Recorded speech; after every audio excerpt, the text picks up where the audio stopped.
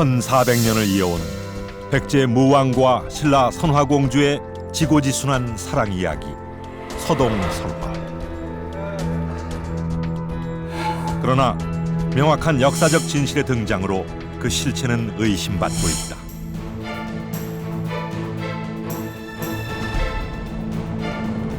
그리고 삼국유사에 남겨진 서동설화의 실제 주인공 무강왕, 그는 누구인가? 삼국유사의 무왕조가 무왕이 아닌 다른 왕의 이야기였을 것이라는 해석입니다. 그리고 구체적으로는 동삼왕대와 무령왕의 것이라고 저는 그렇게 확신합니다. 일본에서 전승되고 있는 또 다른 서동설화 마나노 장자 이야기. そのルートはね、やはり百済の国の今わらべ伝説、ソドン伝説ですか、ソドン。 백제와 신라의 사랑 이야기. 서동설화의 실제 주인공은 과연 누구일까?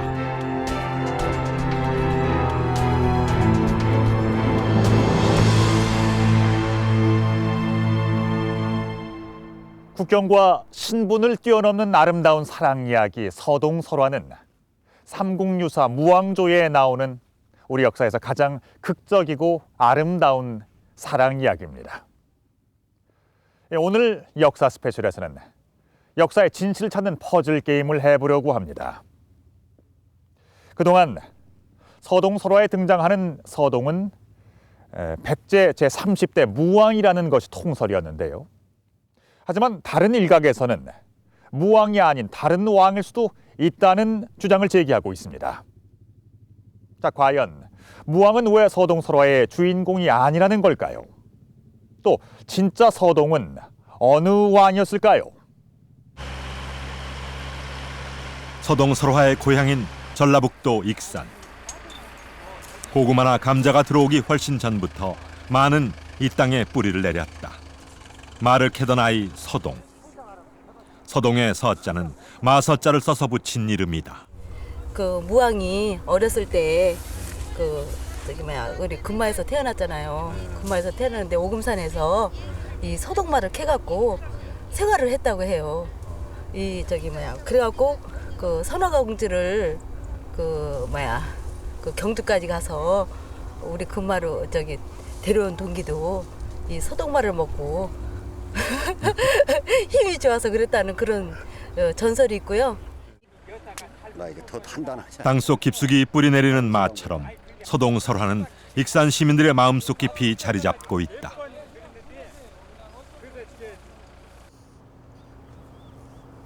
매주 한 번씩 열리는 백제사 교육 현장.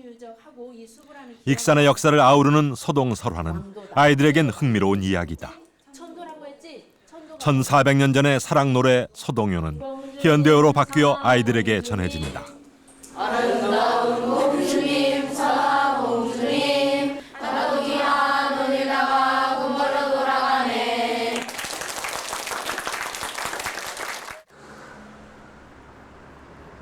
서동이 어릴 적 자랐다는 오금산 아래 서동 생가터. 이 일대는 마룡지라 불리는 커다란 연못이 남아있다. 여기가 서동설화의 시작점이다. 과부였던 한 여인과 연못 속 용 사이에서 태어난 서동은 비범했다. 그는 말을 캐서 생계를 이어갔다. 신라 진평왕의 셋째 딸인 선화공주는 어느 누구도 따라올 수 없는 아름다운 여인이었다. 신라의 선화공주를 아내로 맞이하기 위해 서라볼로 간 서동은 서동요를 지어 퍼뜨렸다. 선화공주는 만몰래 아란으로 맛동방에게 해괴망측한 노래가 장안에 퍼지자 신라 진평왕은 선화공주를 유배 보낸다.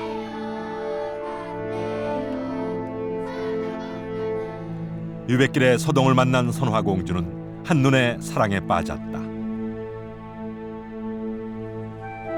선화공주와 결혼한 서동은 금을 발견해 부자가 되고 신라 진평왕의 신망을 얻으면서 백제의 왕이 된다. 이후 서동은 미륵삼전의 출연을 본 선화의 청으로 미륵사를 짓는다.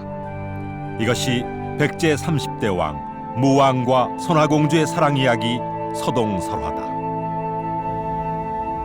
전북 익산에 위치한 미륵사는 유래를 찾기 힘든 가람과 탑의 배치 그리고 엄청난 규모를 자랑한다.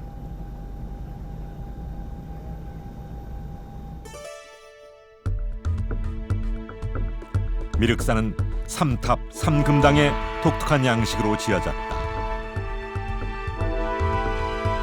중앙에는 거대한 목탑을 건축했고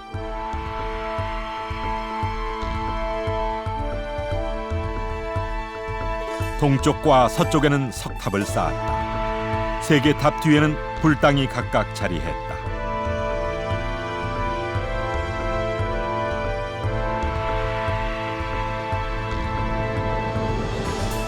무려 1338만 제곱미터에 이르는 미륵사는 백제 최대의 사찰이었다.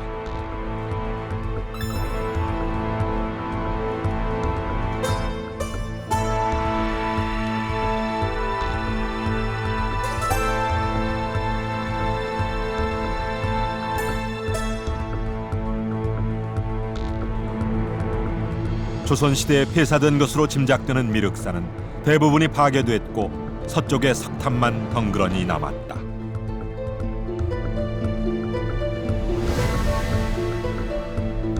일제 강점기 시절 콘크리트로 보수할 정도로 훼손이 심했던 미륵사지 석탑.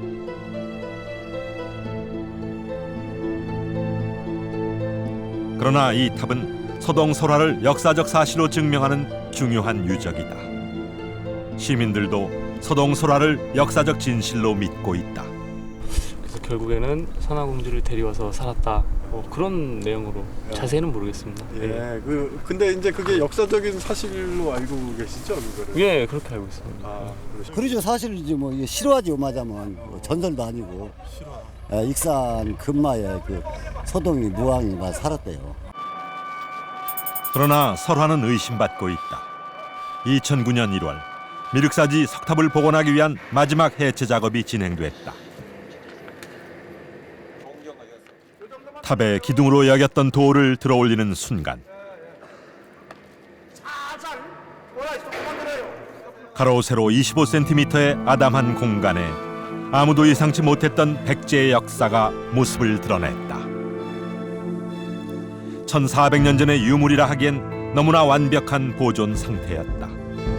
이 작은 공간에서 금동사리호와 금제사리 봉안기 등 국보급 유물이 일시에 쏟아져 나왔다.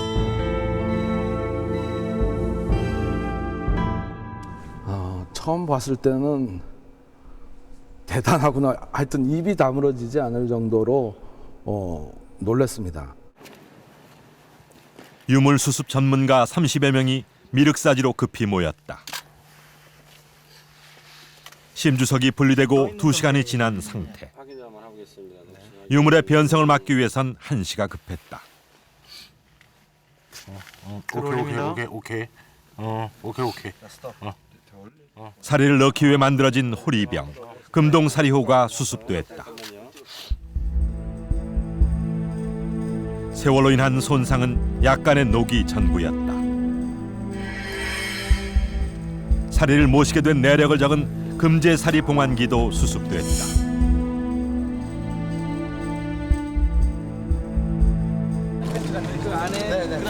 이게 불안했기 때문에 해체했었던 얘기죠? 아닙니다. 전국 언론사 기자들의 취재 열기는 뜨거웠다.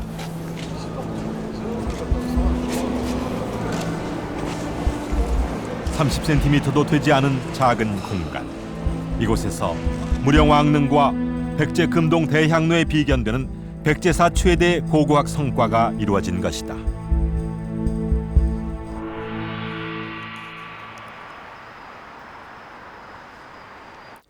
미륵사 사리 장엄은 국립문화재연구소에서 복원 처리 중이다. 높이 13cm, 어깨폭 7.7cm의 사리병은 몸체 두 부분과 뚜껑으로 나뉘어 있다.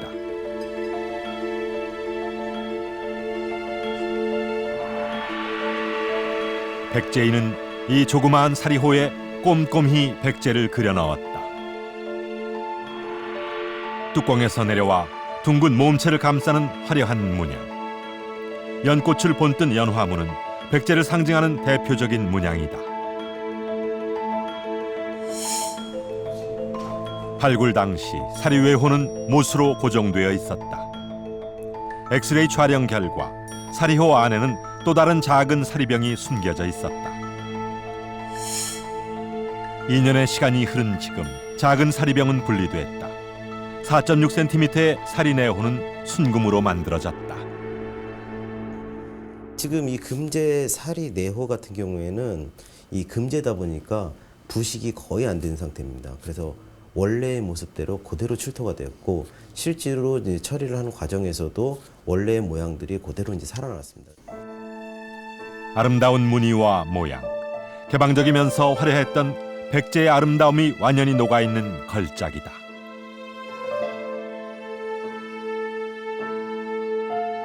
수습 당시 사리호 뒤편에 놓여있던 금제 사리 봉안기. 바로 이것이 서동설화의 역사적 진실을 의심케 만든 유물이다.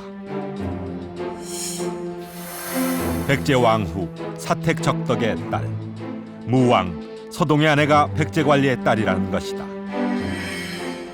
이전까지 백제의 30대 왕후는 의심할 여지 없이 신라 진평왕의 셋째 딸 선화공주였다.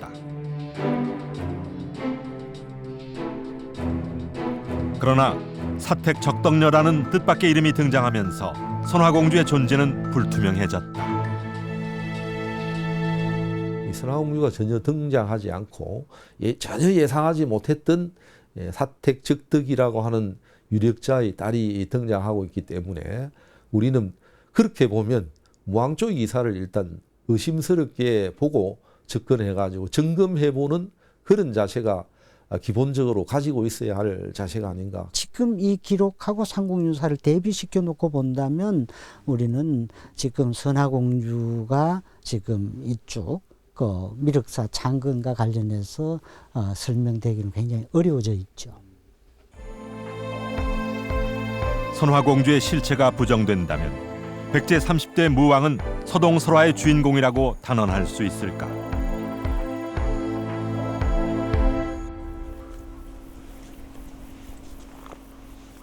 서동설화는 삼국유사에 처음 제록됐다. 삼국의 수많은 왕들 중 서동과 선화공주의 이야기는 백제 무왕조에 실려 있다. 이 기록으로 볼 때 서동은 무왕으로 보인다. 그런데 일련의 주석에 이상한 점이 발견됐다. 옛 기록에서는 서동이 무왕이 아닌 무강왕으로 전해졌다는 것이다.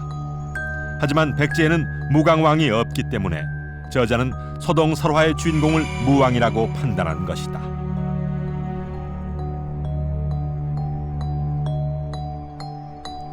백제의 시조인 온조왕부터 마지막 왕인 의자왕까지 모두 31명의 왕이 백제를 다스렸다.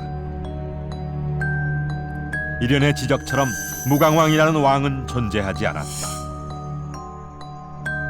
그렇다면 무강왕은 과연 누구일까?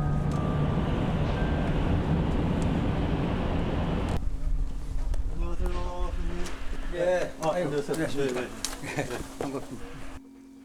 백제 사학을 연구하고 있는 사제동 교수는 삼국유사에 언급된 무강왕의 실체를 찾는 데 주력했다. 고본에는 이 무강이라고 쓰여 있다. 그것이 고본에 무강이라고 되어 있다는 그 근거 하나만으로도 우선 이른바 무왕조의 기사 서동설화라고 하는 것은 무왕의 것이 아니라 무령왕의 것이라고 저는 그렇게 확신합니다. 근거는 무강왕과 무령왕에 쓰여진 한자의 의미가 같은 뜻이기 때문이다. 아니다 이 말이야. 무강이라고 하는 것은 강자가 편한 형자하고 서로 호영이 되므로 충분히 삼국유사에도 그렇고 고기록에는 한자 그렇게 호영이 되거든요. 편안하다는 뜻의 강자와 령자가 혼용되어 사용될 수 있다는 점 때문에 무강왕을 무령왕으로 봐야 한다는 것이다. 무강왕으로 제기된 인물 무령왕. 서동은 무령왕인 것일까? 서동이 무왕이 아닌 무령왕이라는 주장은 기존의 통설, 즉 무왕설을 깨뜨리는 파격적인 주장인데요. 하지만 한자의 뜻이 같다는 이유 한 가지로 서동이 무왕이 아닌 무령왕이라고 주장할 수 있을까요? 과연 서동설화의 주인공이 무령왕이라고 주장할 수 있는 또 다른 이유는 뭘까요?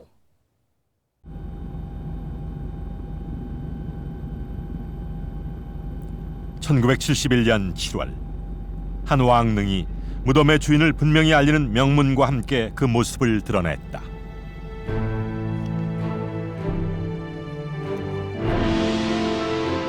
무덤의 주인공인 무령왕은 무왕보다 100년 앞선 6세기 초반의 왕이다.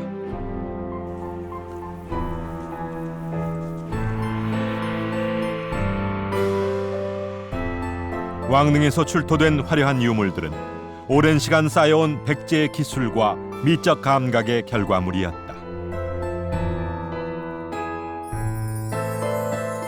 화려하지만 사치스럽지 않고 검소하지만 누추하지 않은 백제인의 감각은 무령왕릉의 유물에 그대로 드러나고 있다. 한성 백제가 막을 내린 뒤 무령왕은 혼란 속에서 왕위에 올랐다. 하지만 화려한 유물이 말해주듯이 무령왕은 혼란한 백제를 안정시키고 중흥을 일으킨 군주였다. 백제를 안정시키기 위해 무령왕은 신라와의 동맹을 유지하고 고구려의 남하 정책에 맞섰다.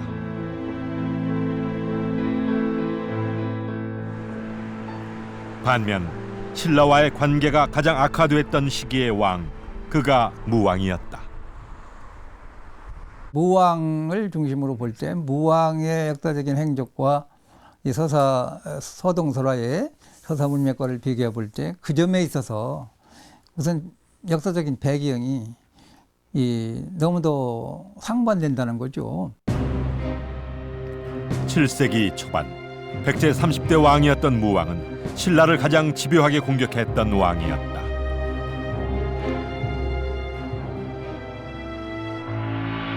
무왕의 4대 선왕인 성왕은 신라와 동맹을 맺고 고구려를 공격해 한성을 되찾으려 했다. 그런데 신라가 백제를 배반했다. 고구려가 떠나간 한성을 차지한 것이다. 신라의 배신을 용납할 수 없었던 무왕은 직접 군대를 이끌고 신라를 공격했다. 제위 3년 암악성 전투를 시작으로 무왕은 40년 동안 총 16번 신라와 대전투를 벌였다.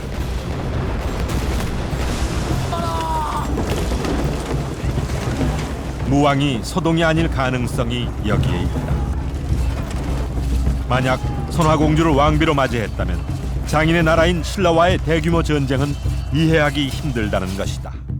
계속 신라와 싸움을 하는 걸로 계속 그 국권 회복이라고 할까? 국력 중흥을 갖다가 노렸는데 신라와 그렇게 적대 관계를 유지해 왔는데 그렇게 국권 관계가 이루어질 수 있겠냐. 사리봉안기에 적힌 미륵사의 창건연대는 서동 무령왕설을 주장하는 학자들에게 또 다른 근거가 되고 있다. 사리봉안기는 미륵사가 기해년에 건축됐다고 전한다. 무왕의 재위 기간 중 639년이 기해년에 해당한다. 하지만 60년마다 같은 간지가 반복되는 것을 감안할 때 120년을 거슬러 오르면 무령왕의 재위 기간인 519년도 포함된다.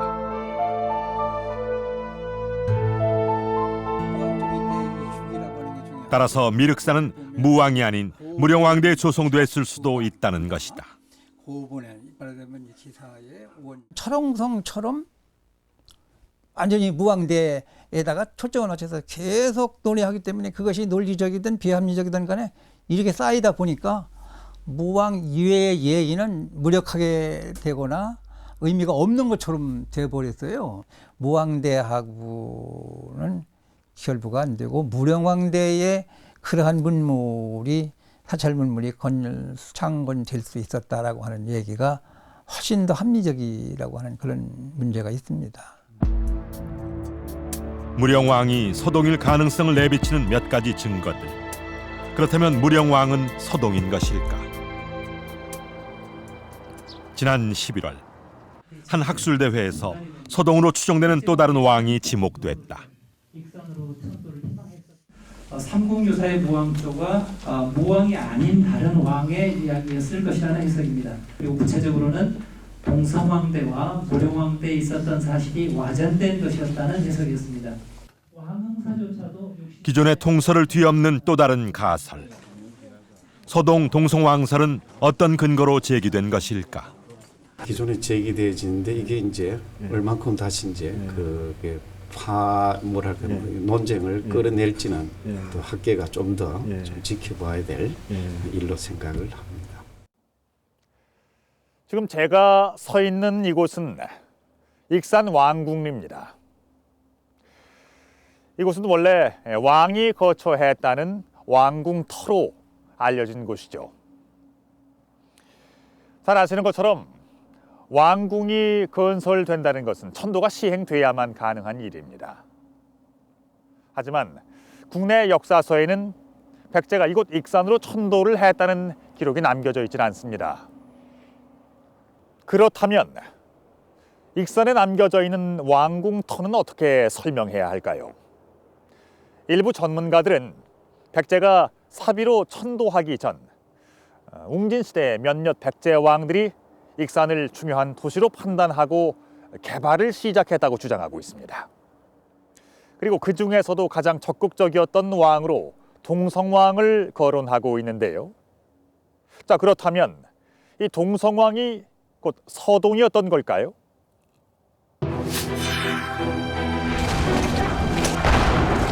고구려군의 대침공이 시작되었다.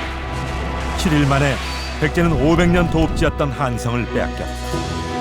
전쟁을 이끌던 계로왕과 그의 가족은 모두 참수됐다. 계속된 고구려군의 대규모의 남하는 백제의 지도를 바꿔버린다. 웅진으로 수도를 옮겼지만 혼란은 계속됐다. 반란이 이어졌고 2명의 왕이 암살을 당했다.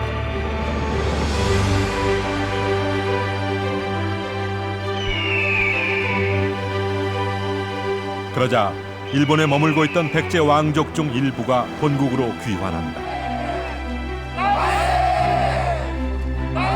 한성 백제 시대를 마감하고 웅진으로 천도한 5세기 말. 동성왕은 백제 24대 왕으로 등극했다.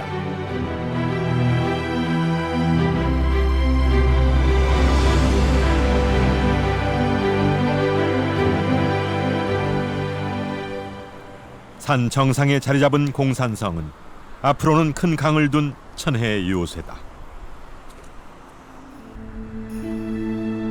이곳에서 불안한 왕권을 확립하려 했던 동성왕. 그런데 그가 서동으로 지목되는 이유는 무엇일까? 국립김해박물관의 박중환 실장은 동성왕이 신라 여인과 국혼을 한 백제의 유일한 왕임을 강조한다. 웅진 시기에 백제와 신라가 국혼을 했었다고 하는 것은 동성왕대 기록에 분명하게 나오죠. 동성왕대의 신라에 그 혼인을 요청을 했고 신라 쪽에서 그거에 화답해서 신라의 이찬 비지의 딸을 보냈었다는 기록이 분명히 있기 때문에요. 삼국사기는 동성왕이 신라의 사신을 보내 혼인을 요청했고 신라왕은 이찬 비지의 딸을 시집 보냈다고 기록하고 있다. 백제와 신라 동맹은 더욱 강화됐다.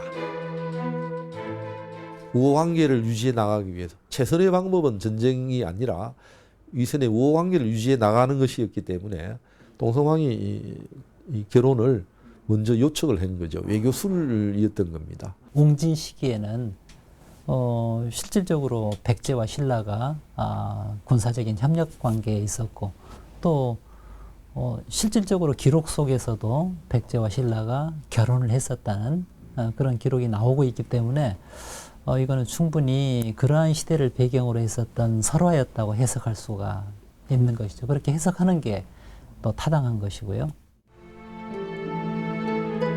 이찬은 신라의 고위직으로 그에 따른 왕실의 여인 중 하나다. 따라서 서동 설화 속 선화공주는 이찬 비지의 딸을 상징하는 것으로 봐야 한다는 주장이다.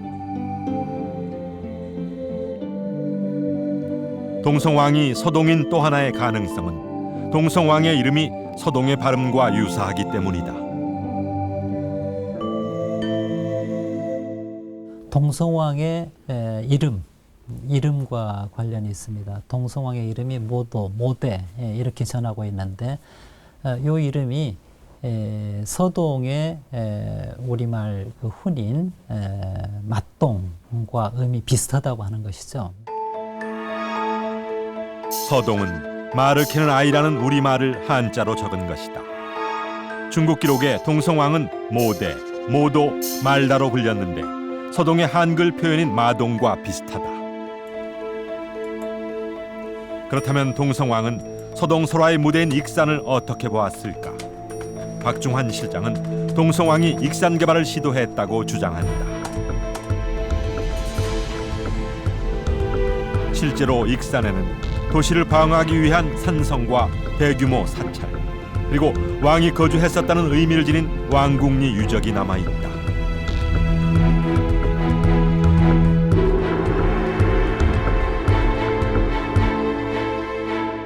웅진이나 사비와 같이 일반적으로 백제의 도성이라고 알려져 있는 이런 지역을 벗어난 지역에 왜 이러한 대규모의 유적이라든가 사찰이라든가 건물지, 궁성과 같은 그러한 유적들이 이 지역에 남아있을 것인가에 대한 의문점을 끊임없이 제기하는 그런 자료가 되고 있는 것이죠.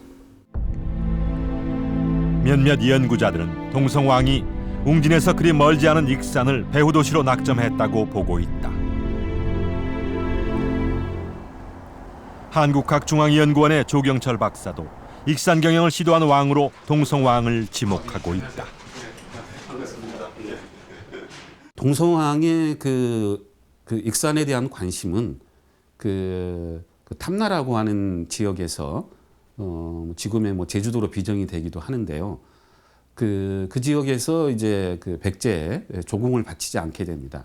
그래서 동성왕은 이를 응징하기 위해서 직접 군대를 출병하는데 아마도 그 자기 나라한테 복속하지 않는, 백제한테 복속하지 않는 나라를 응징한다는 의미로 다른 사람들에게 과시하기 위해서 육로를 택했을 가능성이 높습니다. 탐나를 응징하기 위해 출정을 떠난 동성왕. 그의 군대는 지금의 광주광역시인 무진주까지 이른 것으로 기록돼 있다. 조경철 박사는 동성왕의 이동 경로에 익산이 포함됐고 이때 익산을 눈여겨보았다는 것이다. 또 고구려와 맞붙는 대신 남쪽의 터전을 공략하고자 했던 남방 경영과도 그 맥락이 닿는다는 주장이다. 금강 하류에 위치한 익산시의 웅포나루, 곰나루라는 뜻의 웅진과 동일한 지명을 가질 정도로 익산은 중요했다. 그래서 보면 어쨌든 웅진기에 이 지역이 대위관문, 즉 해로로 나갈 수 있는 아주 중요한 얘기가 요충지라는 것이죠. 그러니까 백제 중앙에서 이 지역을 중요시하지 않을 수 없었던 것이죠. 공산성은 웅진을 보호하기 위해 만들어진 산성이다. 천혜의 요새이지만 충분한 물을 얻기 힘든 곳이다.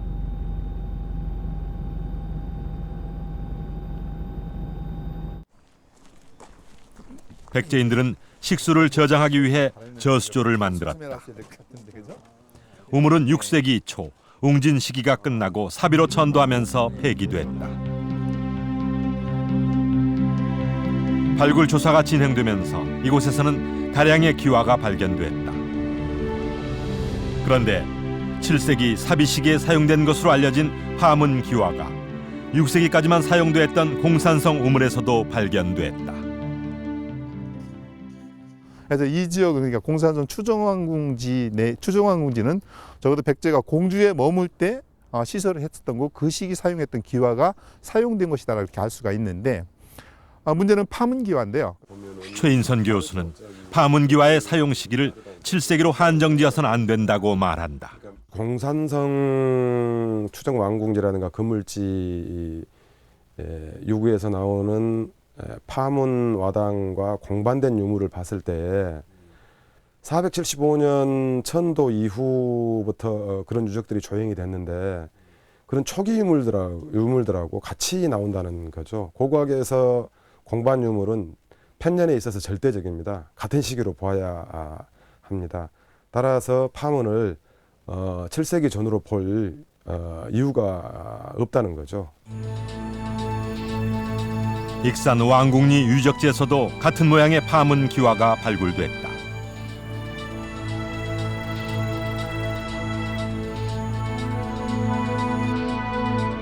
백제를 상징하는 연꽃 모양의 연화문과 웅진시대 공산성에서 발견된 파문 기와가 출토된 것이다.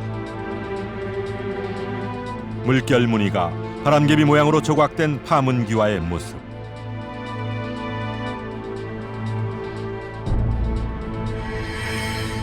웅진시대 공산성에서 사용된 파문 기와와 거의 같은 형태다.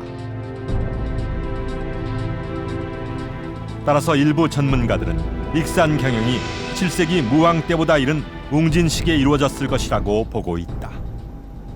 익산이라고 하는 지역이 남방의 중심지고 이 지역을 중심으로 해서 동성왕이나 그 문영왕이 그 커다란 관심을 가졌고 그러한 관심이 이 서동설화에 반영이 되지 않았나 그렇게 생각을 합니다. 신라 왕실의 여인과 혼인을 했다는 점, 서동설화의 주된 무대인 익산을 눈여겨보고 익산 경영을 시도했었다는 점, 그리고 서동과 이름이 비슷하다는 점이 서동설화의 실질적인 주인공이 동성왕일 수도 있다는 흥미로운 가설의 증거들입니다. 동성왕은 백제에서 자라난 태자가 아니라 일본에서 나고 자라 본국으로 돌아와서 왕이 된 인물인데요. 그런데 놀랍게도 일본에서도 서동설화와 거의 유사한 내용의 설화가 전해져 내려오고 있다고 합니다. 일본의 분고 오노시는 한반도와 가까운 규슈 지역에 자리한 작은 도시다.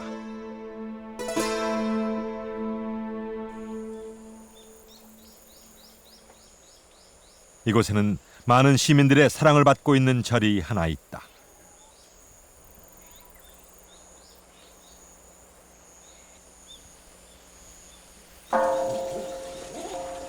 연성사는 두 종류의 부처를 모시고 있다. 자비와 지혜의 상징인 천수관음과 치유의 상징인 약사열애다.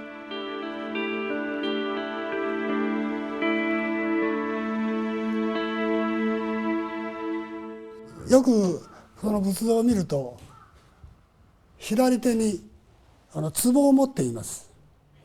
その中に実は薬が入っている。ですから薬の壺というので薬壺と言います。でそれをこの仏像を信仰するということはその薬をもらって自分の健康を保つ、自分の病気を治してくれる、そういう仏であるというようにみんなが信じているわけです。 천수관음과 약사열애를 일본에 전수한 인물은 뜻밖에도 백제인이었다. 연성사 창건설화는 백제 승려인 연성법사가 마나노 장자에게 불상을 가져다 주었다고 전한다. お寺の伝説ではね、マナノ長者が百済のお坊さんであった蓮城法師を招いて、建てた寺であると。 연성사에서는 관람객의 이해를 돕기 위해 마나노 장자 전설을 그림으로 재현해 놓았다.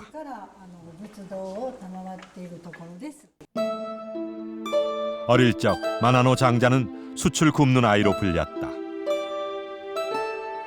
한편 나라국의 다마스 공주는 남편이 숯 굽는 아이라는 신의 점지를 받게 된다.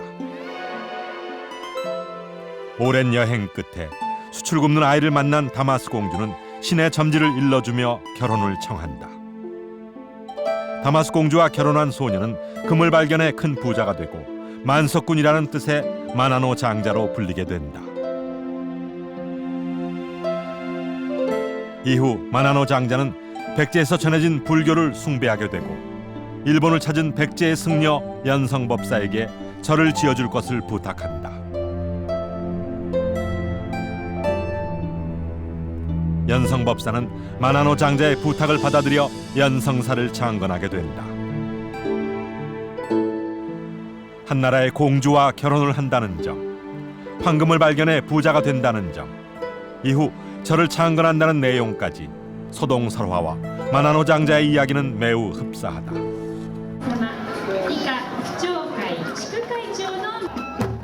매년 4월이 되면 분고 오노시는 온통 떠들썩한 축제 분위기로 바뀐다.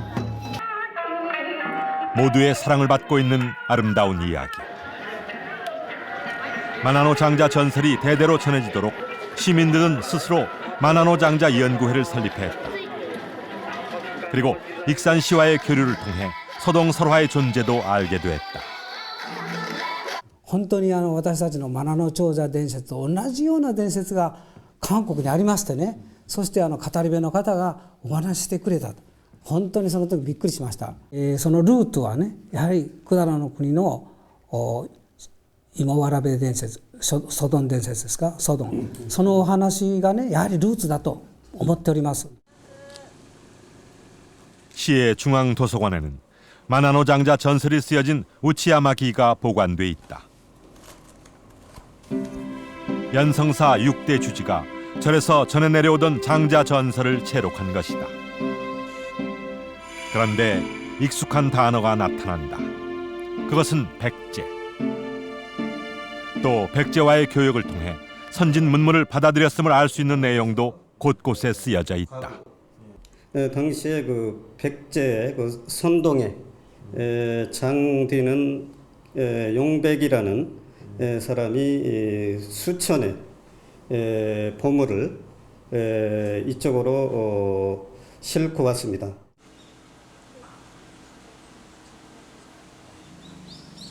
마나노 장자 연구회장인 사토 요시노부는 설화의 원리로 보이는 내용이 적힌 족자를 가지고 있다.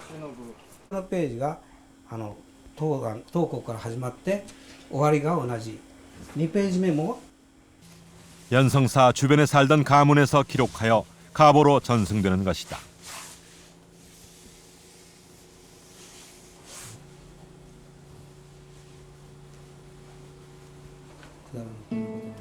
이 족자에서도 백제는 자주 등장한다. 심지어 이 기록에서는 마나노 장자의 전생이 과거 백제의 중림산에 살았던 귀족이라고 밝히고 있다. お寺のね創建についてもお宮の創建についても百済国の僧侶や百済国の神様がね出てくるんじゃないかと。だから百済国つまり、昔の韓国のその、影響といいますか文化あるいは宗教あらゆる影響がねここにはもろに来ておると。だからこの土地はですねもう韓国の半島からですねもろに文化宗教一切やってきてるんじゃないかと。それが伝説となって今こんなふうに書かれてるんじゃないかなと。だから結局過去のね、百済国とこの地域との関連があまりにも深かったということのもう証拠になると私は思っています。 마나노 장자 전설을 연구하는 현지인들은 전설의 원류를 백제로 보고 있다.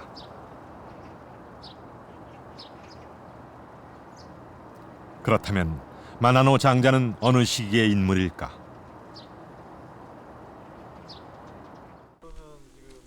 마을 사람들은 마나노 장자가 실제했던 인물로 생각하고 있다. 기록에 의하면 마나노 장자는 6세기 초반의 인물이다.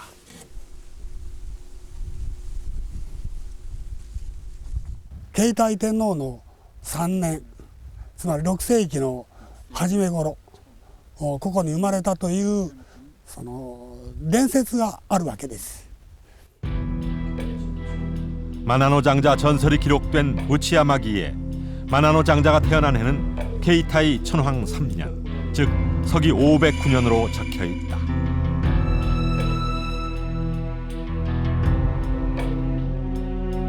백제의 서동설화가 일본으로 전해진 것이라면 서동은 마나노 장자보다 이른 시기 인물이어야 한다. 마나노 장자 전설을 국내 최초로 소개한 김찬해 교수도 전설의 연대가 우리나라보다 1세기 정도 앞선 것에 대해 의문을 품고 있다.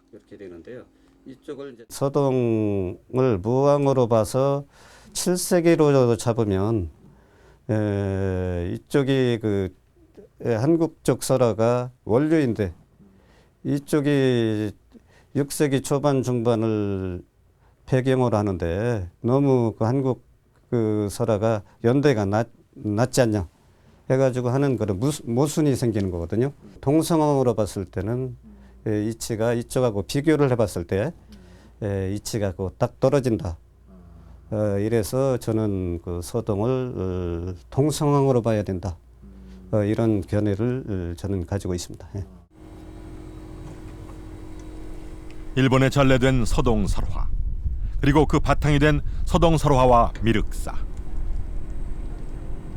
2009년 해체된 미륵사지 석탑은 현재 복원 작업이 진행 중이다. 국립문화재연구소는 원래의 부재를 70%까지 활용해 복원하기로 했다. 노후한 석재가 받을 하중을 줄이는 방법이 문제였다. 과학기술이 동원됐다. 석재에 구멍을 뚫어 티타늄 봉을 넣고 완벽하게 접합시켜 무게를 지탱할 수 있도록 한 것이다.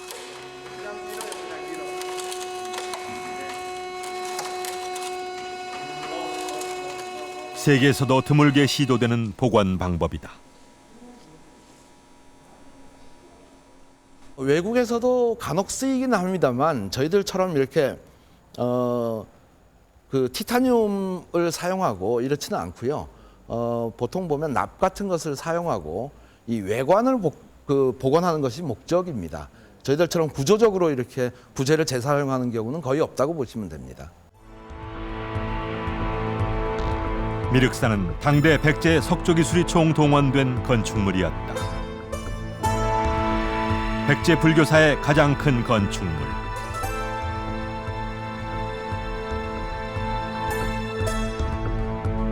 건축 기간은 누구도 짐작할 수 없다. 한 가지 단서는 미륵사지 석탑이다.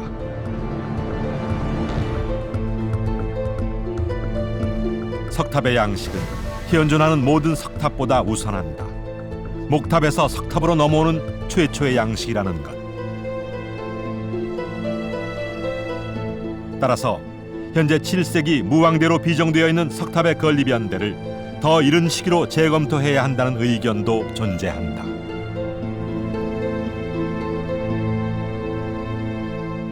백제 불교 사찰의 창건에 처음 비롯된 시기라든가 석탑들이 처음 만들어진 시기에 대해서 너무 지금 그 연구 경향이 너무 사비 시기 안에서만 찾고자 하는 그런 그 경향이 있지 않는가 그런 생각을 합니다. 학계의 통설은 7세기 무왕대에 석탑과 미륵사가 조성됐다는 것이다. 사리 봉안기의 기해년은 무왕 40년, 즉 639년이라는 것. 뭐 639년으로 보는 것이 어떨까 이렇게 생각을 하고 있습니다. 그것이 통설이죠. 예, 그렇습니다. 장기간이 걸렸다 하더라도 무왕 때 이루어진 것이지 그게 동서왕 때 시작해가지고 639년에 완성됐다. 이거는 시간이 너무너무 많이 걸립니다. 그 미륵사가 보여주는 그 상황 자체에서도 서동원, 동성왕이 될 수가 없는 거죠. 서동의 실체는 아직도 베일에 쌓여 있다. 그 주인공으로 추정되는 백제 왕은 모두 3명이다. 무왕, 동성왕, 무령왕. 일련의 기록과 당시의 상황으로 볼 때 3명 모두 가능성이 있다.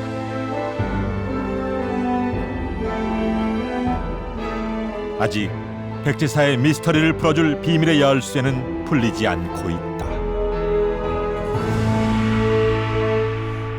우리 역사에는 많은 미스터리가 있습니다. 대부분 기록이 미흡하거나 그 기록 자체의 신빙성을 알 수가 없어서 적극적인 해석을 주저하게 만드는 것들인데요. 그로 인해서 많은 사건과 역사적 기록들이 미스터리로 남겨지게 되는 것입니다. 그 진실을 찾기 위해선 전방위적인 연구와 함께 그 사건이 벌어지게 된 역사적 맥락을 좀 더 적극적으로 수용하려는 노력이 필요하지 않을까요? 오늘 우리가 시도했던 서동의 실체 찾기는 백제 역사에 대한 새로운 가능성을 열어줄 실마리가 될지도 모릅니다.